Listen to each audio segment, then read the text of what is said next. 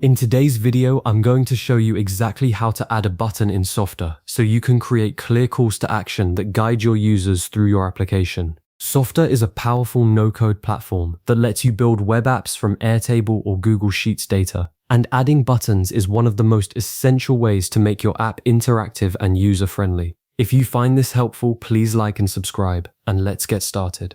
The first thing you need to do is log into your Softr account. Head over to the Softr website and sign in with your credentials. Once you're in, you'll land on your dashboard. From here, look at the left sidebar and click on Applications. This will show you a list of all the applications you've created. Find the one you want to edit and click on it to open it up in the builder. This is where all the magic happens, so take a moment to familiarize yourself with the interface if you haven't already. Now that your application is open, you need to locate the specific page and the block where you want to add your button. In Softr, pages are organized on the left, and each page contains blocks. These are the building blocks of your layout, like lists, grids, details, or forms. Scroll through your page and find the block that will contain your button. It might be a list block where you want a button to add a new record, or a detail block where you want a button to edit or delete. Once you've found it, click directly on that block in the editor. When you do, you'll notice that the right sidebar updates to show the settings for that specific block.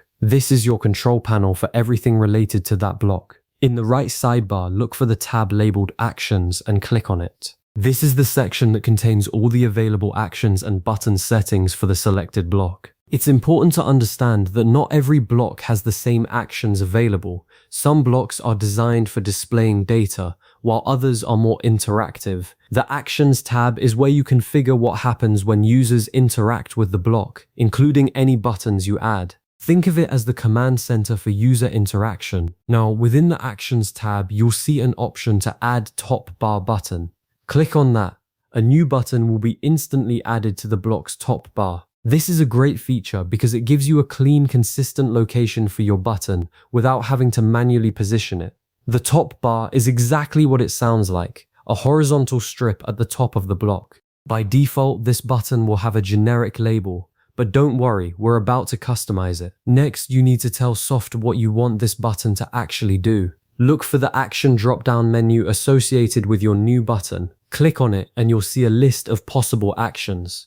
Depending on the type of block you're working with, you might see options like Open Page, which navigates users to another page within your application. Launch Form, which opens a form for data entry. Open URL, which links to an external website. Or other supported actions like Update Record or Delete. Choose the action that makes the most sense for your user's goal. For example, if you're building a task manager, you might want a button that says Add New Task and launches a form. If you're creating a directory, you might want a button that opens a detail page for a selected item. This step is crucial because it defines the core functionality of your button. After you've selected the action, it's time to customize the button so it communicates clearly to your users. Edit the button's label. This is the text that appears on the button itself. Softr will give it a default label based on the action you chose, but you should always make it more specific and action-oriented. Use clear, concise language like create, add new, view details, or submit.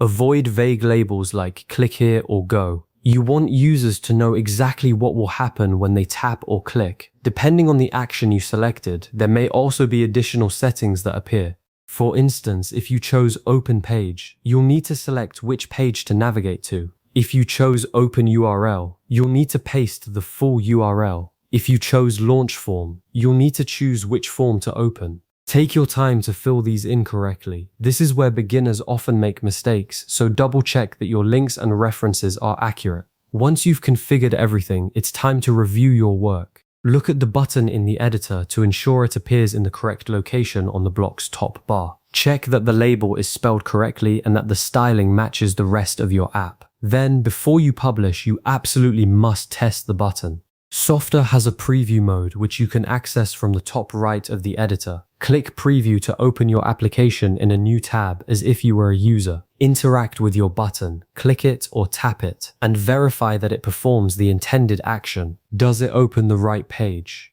Does it launch the correct form? Does it take you to the right URL? Testing is non-negotiable because even a small misconfiguration can break the user experience. Only after you've confirmed everything works should you publish your changes. Let me leave you with a few best practices. First, always use action-oriented button labels that tell users exactly what will happen. Second, choose the appropriate action so the button behaves exactly as users expect. Don't make them guess. Third, test every button in preview mode before publishing.